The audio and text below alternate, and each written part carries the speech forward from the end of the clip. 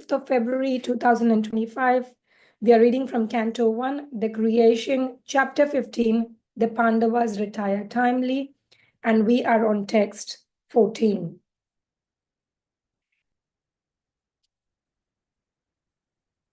Yat Bāṇḍava kurubalabdhimananta param eko ratena tatare amartiya sattvam pratyaratam bahudanam chamaya paresam tejaspadam manimayam charitam shirobhya.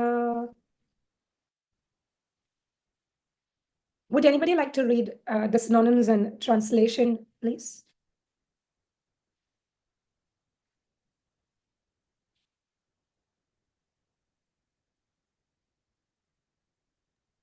Harekrishna, Mataji, I can do that. Thank you, Prabhu. Yat Bāṇḍavaha, by whose friendship only, Kurubala Abdim, the ocean of the military strength of the Kurus, Ananta Param, which was insurmountable, Ekaha, alone, Rathena, being seated on the chariot, Tatare, was able to cross over, Aham, myself, Athirya, invincible, Sattvam, existence, Pratyahartam, drew back, Bahu, very large quantity, Dhanam, wealth, Cha, also, Maya, by might, Pareshan, of the enemy, Tejaha Padam, source of brilliance, Mani Mayam, bedecked with jewels, Cha, also, Kratam, taken by force, Shirobhyaha, from their heads. Translation by His Divine Grace, A.C. Bhaktivedanta Swami Prabhupada Ki Jai. The military strength of the Kauravas was like an ocean in which there dwelled many invincible existences, and thus it was insurmountable. But because of his friendship, I, seated on the chariot, was able to cross over it, and only by his grace was I able to regain the cows and also collect by force many helmets of the kings, which were bedecked with jewels that were sources of all brilliance. Do you want me to interpret as well, Mataji? No, Prabhu, just translation for now. Thank you. Thank you. Om Agyanam Tirandasya Gyananjana Shalakaya Chakshurunmilitam Yena Tasmai Shri Guruve Namaha. Krishna Chaitanya Prabhu Nityananda Shri Advaita Gadadhar Shivasadi Gaur Bhakta Vrinda Hare Krishna Krishna Krishna Hare Hare Hare Rama Rama Rama Hare Hare. So we can see from all these verses that it's a series of verses where Arjuna is feeling separation from Krishna, and now he's remembering moments from his life where Krishna was playing a very critical role, and how Krishna was helping him during his victories. So on the outside, it felt like Arjuna is winning, Arjuna is doing this, Arjuna is doing that, but Arjuna is giving all the credit to Lord Sri Krishna, and he is giving the credit to his grace, that without the grace of Lord Krishna, nothing can happen. So basically, he's trying to say that with Krishna, something that I said yesterday as well, with Krishna, we are all heroes, and without him, we are all zeros. So we will continue reading the purport. The purport in itself will explain the pastime of the king Virat and other short pastimes. And these pastimes have also been discussed in the past in the 12th chapter. So it's just a nice, brush up of your memory as well. Purport. On the Kaurava side, there were many stalwart commanders like Bhishma, Drona, Kripa, and Karna, and their military strength was insurmountable as the great ocean. And yet it was due to Lord Krishna's grace that Arjuna alone, sitting on the chariot, would manage to vanquish them one after another without difficulty. There were many changes of commanders on the other side. But on the Pandavas side, Arjun alone on the chariot driven by Lord Krishna could manage the whole responsibility of the great war.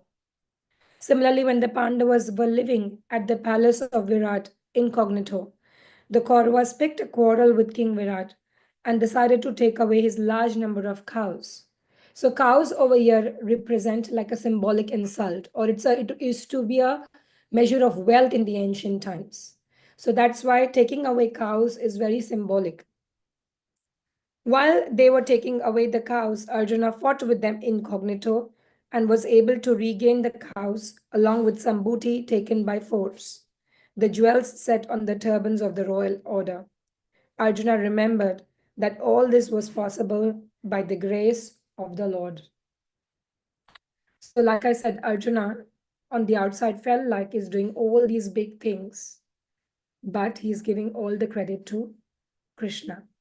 Similar in our lives as well, it a lot of times feels like we are doing this and we are doing that, but we can do whatever we can. We can actually move even a finger because of the grace of Lord Sri Krishna. So sometimes, even in life, in our lives as well, we feel empowered to do so many projects, which may be very big. Sometimes they are small, sometimes they are big, sometimes they look very difficult, but somehow by the grace of the Guru, Vaishnavas, and Krishna, we can do it. And it is only through this mercy that what is difficult for us becomes very easy. And without this mercy, what is meant to be easy becomes unexpectedly difficult. And this is the key point for all of us to always remember and appreciate, right? We have to always remember this and appreciate. And this is exactly what Arjuna is doing. He's remembering all these incidents and then he's appreciating Krishna for everything that Krishna has done. And the last sentence of even the previous purport, the last sentence was, and when the Lord withdraws his power from anyone, he is powerless by the will of the Lord. And then this particular purport, the last sentence is, Arjuna remembered that all this was possible by the grace of the Lord. So these last sentences, they're so significant in a way. In the beginning, we recited Mangalacharan prayers. We always do that to invoke the blessings of the entire parampara coming down from Lord Krishna and all the acharyas. Because it is only by their grace, the grace of these personalities, that we can start to appreciate Srimad Bhagavatam, appreciate Lord Krishna. So we have to always understand that this grace, the blessings, the mercy is very, very important. Srila Bhaktisiddhanta Saraswati Thakur once said that in Krishna consciousness, one must be prepared to change his life. One must be prepared to change his life, not just by a little, not just by a partial, but rather that this Krishna consciousness is a total revolution. So it means that we have to be prepared to change completely. And there is nothing in us that cannot be changed. I'll repeat that there is nothing in us that cannot be changed. We cannot say that this is the way I am. You know, sometimes we hear people say, especially youngsters, they'll say, this is the way we are. Why should we change? No, that argument completely is incorrect. It doesn't stand because this is simply the way we are now conditioned. This is not how we are. Originally, we are very, very different.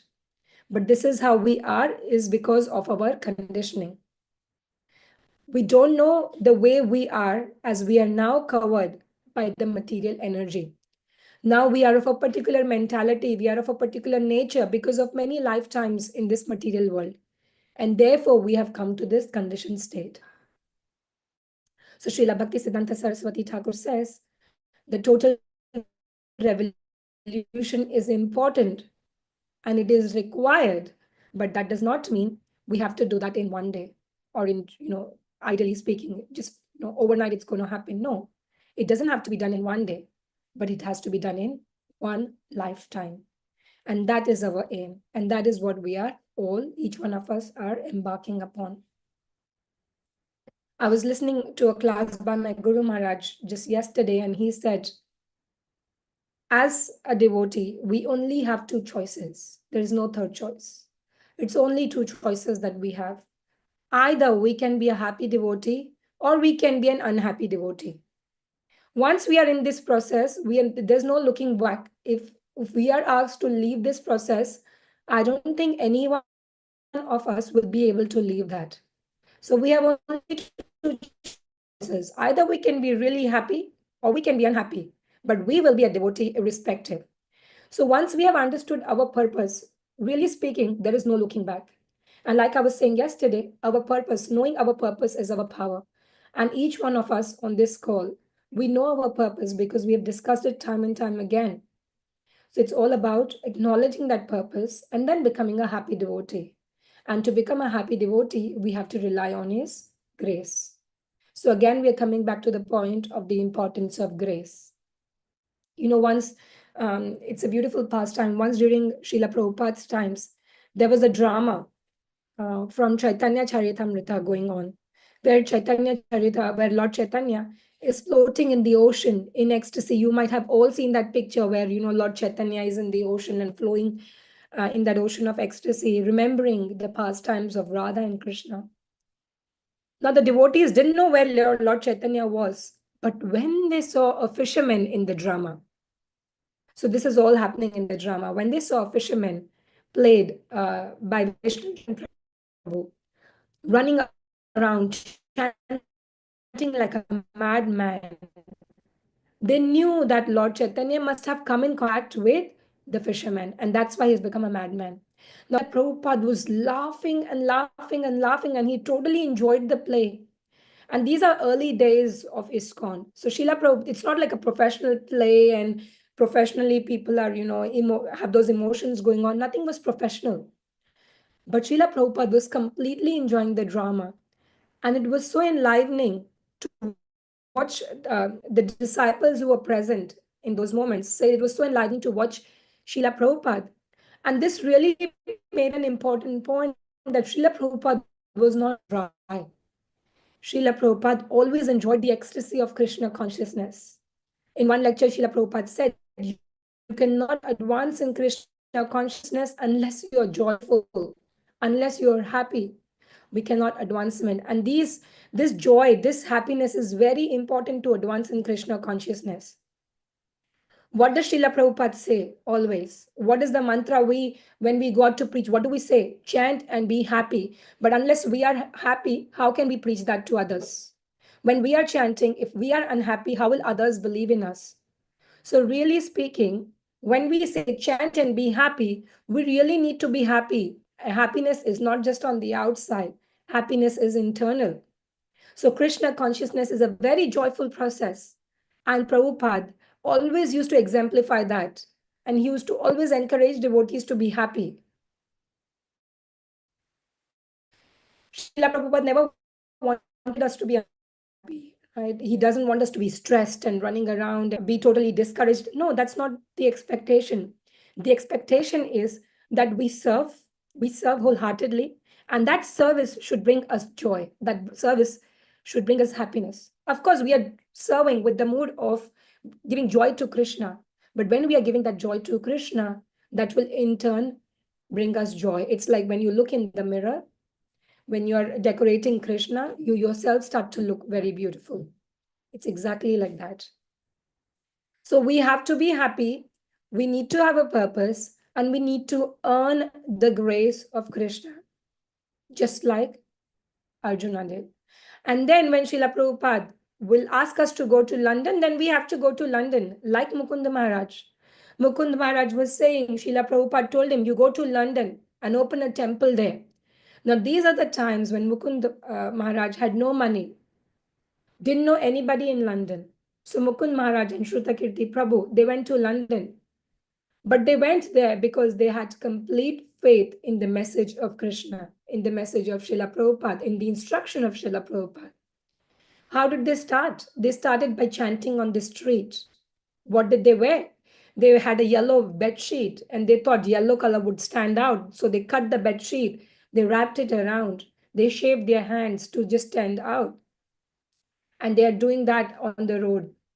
And somehow they come in contact with George Harrison. Somehow they're sitting with him on the table. Shrutakirti Prabhu didn't know how to ask him for money. But it is George Harrison who, on the other end, says, I've been waiting for you guys. And he wanted to make that donation, and rest is history. So how are all these things happening? Now remember, this is not a movie going on. This is actually happened. So how does all this happen? It is by the grace.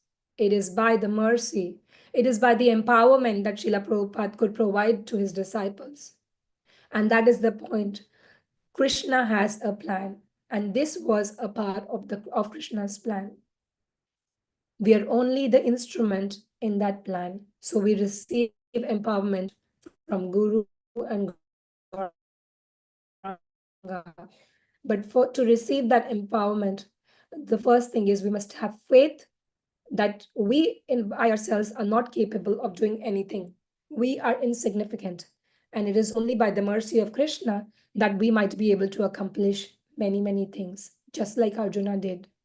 Verse on verse, Arjuna is talking about everything that he's achieved, which are not really his achievements.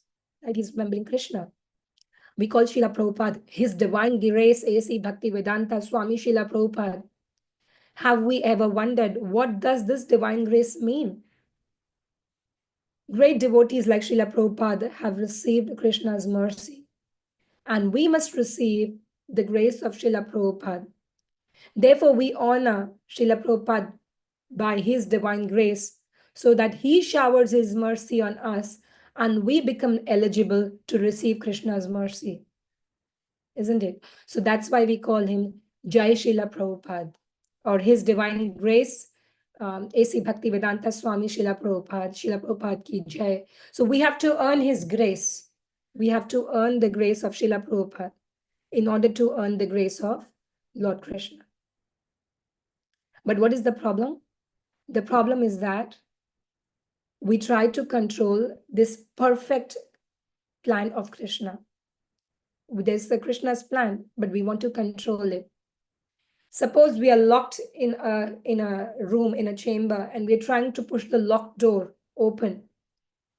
But suppose simultaneously someone is trying to liberate us, and our pushing against the door is causing the door through which we want to go outside, it's becoming locked harder. Then our efforts, no matter how hard we try, are counterproductive, isn't it? So something similar happens in our life as well. When we try to gain control over things, when we're stuck in adversity and we're trying to get that control over things, often we struggle. The more we try to control, the more we struggle. Sometimes letting loose and trusting the plan of Krishna helps us. And that's why in Bhagavad Gita, it states that in chapter 13, it says that Krishna is the divine overseer. He sits in our heart as Paramatma. He's the ultimate maintainer. And our efforts are meant to be in harmony with Krishna, not independent of Krishna. Sometimes we want to be independent, but do we really understand the meaning of independence? We want to be independent of him. That's not going to work. That's going to not give us anything. We have to be, real independence is that we are dependent on Lord Krishna. That is real independence.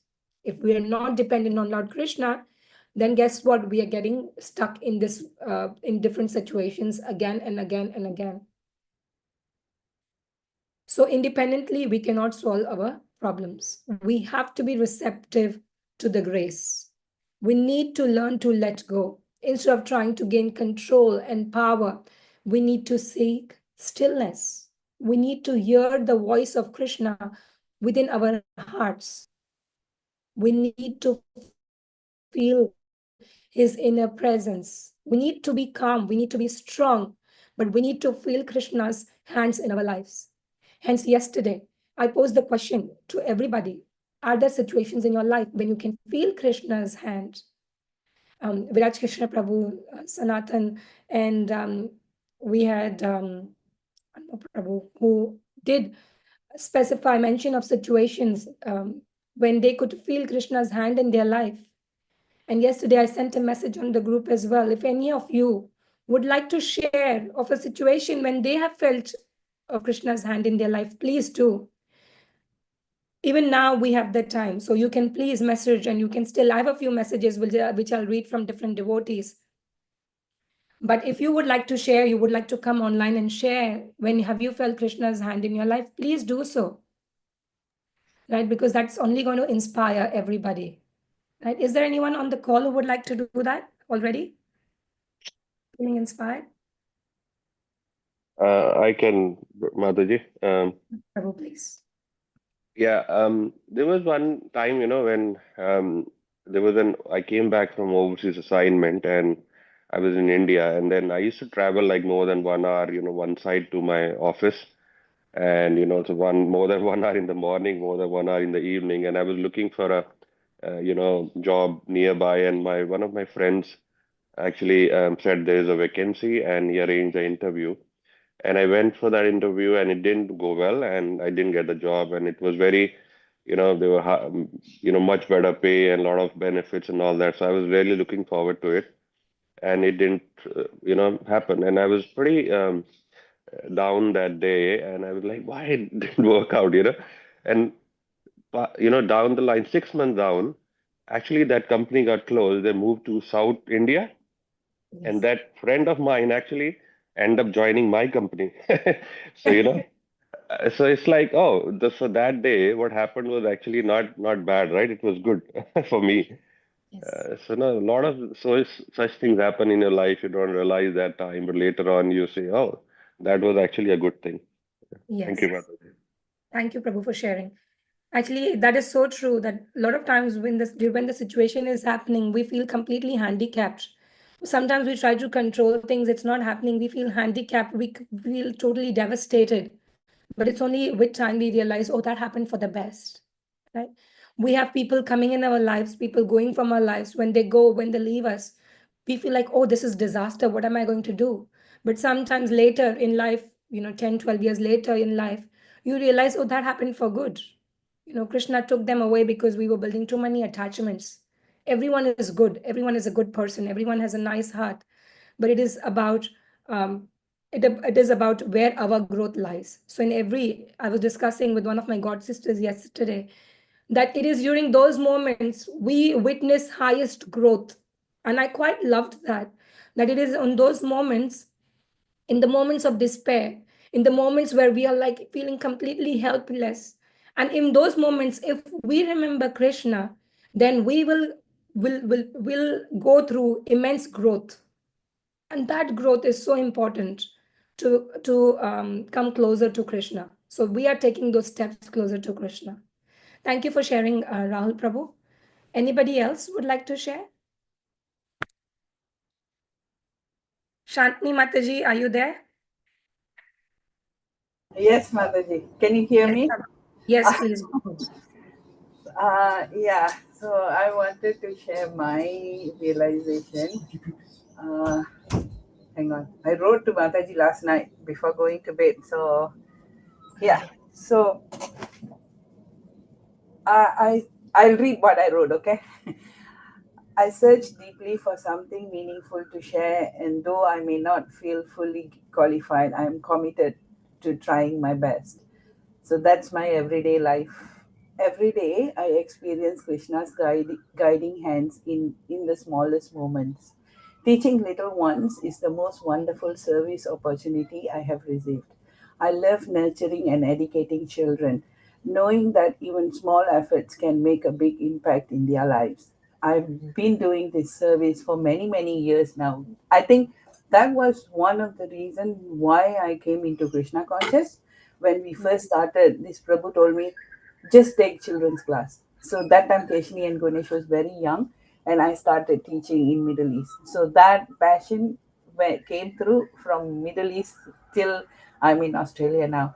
So here in Australia also 10 years. When I see children running around at the center or in the temple, I feel so happy. Oh, I've taught this child. I've taught this child. That that little help that Krishna gave me to empower the children makes me very happy. Our school for HKT, our school began 2 years ago, and its incredible growth has been nothing short of Mataji, we amazing. have lost you.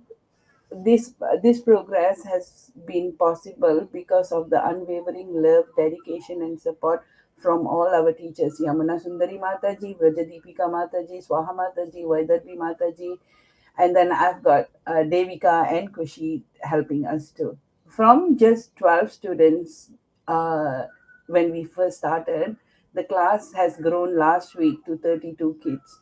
I'm really overwhelmed, but Krishna is still helping me. I've got three teachers who come to help me every week. So I'm deeply grateful to the HKT management for trusting us with such a great responsibility. This journey will be long and tiring, but the blessings of Guru and Gauranga will surely be fulfilling. Thank you. Hare Krishna.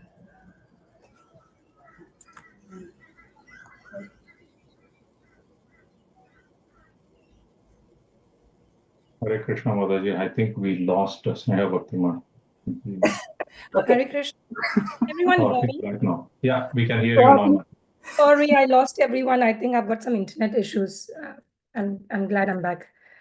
Sorry, I missed part of the conversation of Shantini Mataji, but I am sure it was great. Anybody else would like to share or? Hare Krishna Mataji, and this is Indu Devi Dasi from Sydney. Yes, please. Yeah, Hare Krishna. Mataji, I'm very not even Kanishta Adhikari, and I came to Krishna consciousness because of Viraj Krishna Prabhuji. I just wanted to tell you, like, I'm sick by material religion, so-called, you can say. What happened, like, roughly 1.5 years ago, I had a wish, like, whenever my mom leaves the body, I should be next to her chanting Hare Krishna Maha Mantra. So I gave her a gift of Bhagavad Gita. I took her to Vrindavan as well, twice. But somehow, like, we went for a holiday to Europe, and on the first day, I received a news that my mom passed away. So it was very shocking news for me, because I spoke to her. She was all right, though she was a little bit sick. So but like back where I spoke to her, and dad said, like, mom is not feeling well today. So, like, I was doing japa while walking there. So this is more of a realization, like, Krishna reciprocates. So I was doing japa, though I was not there physically, but I was doing japa for her.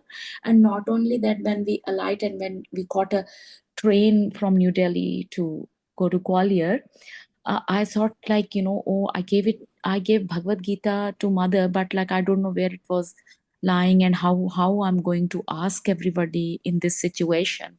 But in the train, ISKCON devotee came and he was selling Bhagavad Gita. So my Prabhuji, like, my family is not devotee, so they said, okay, Hare Krishna, he was saying, but being in a shock, I was not talking and I was just quiet. So my Prabhuji said, like, she's Hare Krishna, you can talk to her. So he gave me Bhagavad Gita and he said, Mataji, why you so quiet? I said, look, my mother left material body and I'm going to attend her final rites. And then he gave me Bhagavad Gita and I bought from him. And I always used to, that's my favorite shloka, and I always used to recite through WhatsApp to my mom, Antakale Chamamev. And that day, my husband said, you can read Bhagavad Gita to see my reaction, how she's reacting. So when I opened the Bhagavad Gita in the train, I opened that, like, that shloka came. Wow. On that, like a new Bhagavad Gita. And I went, when I reached there at my place, and after a couple of hours, I thought, okay, let's recite this Bhagavad Gita to mother, to her body, because I know, like, his soul is there, she must be less. So when I opened again, that same shloka came. So, and not only that, Krishna is so merciful. Not only that, my dad wanted to dispose her ashes, remains to Yamunaji, but in a Gurudwara at New Delhi. And back then there were like so many flooding condition. So he said, then my brother said, okay, instead of going back to Delhi, let's go to Vrindavan to, disperse the ashes. And they went to Vrindavan to, so her remains and she was, before passing away, 1 year earlier when I went to India to do some shopping for my son's wedding, and then my mother said, I went to Vrindavan to invite Krishna. So my mother came to visit Vrindavan, and she said, this time I want to do Govardhan Parikrama because last time I couldn't do it. So she, before passing away, she did, Govardhan Parikrama as well. So that's my realization. And there are a number of, but this is the main one, like Krishna reciprocates. Hare Krishna. Hare Krishna, thank you so much for sharing. Actually, this is so beautiful. Highlights how Krishna reciprocates. Highlights how Krishna has a plan for each one of us. And it's not just the broader plan that Krishna has. Krishna also has plan for our next second, the second after. Right? But it's up to us how well we can take it. That is our independence. So I really appreciate each one of you sharing all these realizations on the group, sharing how they have felt Krishna's hands in their life.